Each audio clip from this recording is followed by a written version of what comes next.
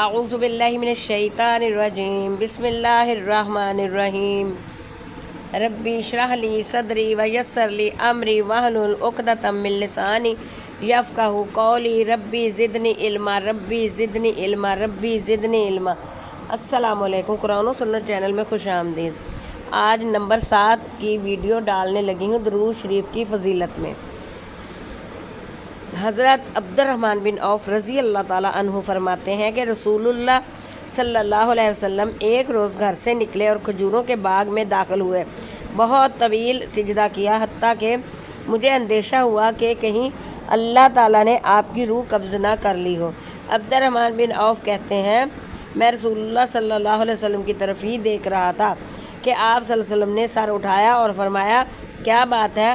میں نے بات بتائی تو آپ صلی اللہ علیہ وسلم نے ارشاد فرمایا جبرائیل علیہ السلام نے مجھ سے کہا اے محمد صلی اللہ علیہ وسلم کیا میں آپ کو ایک بشارت نہ دوں؟ اللہ کریم فرماتا ہے جو شخص آپ صلی اللہ علیہ وسلم پر درود بھیجے گا میں اس پر رحمت نازل کروں گا، اور جو آپ صلی اللہ علیہ وسلم پر سلام بھیجے گا میں اس پر سلام بھیجوں گا۔ یہ احمد میں آتا ہے۔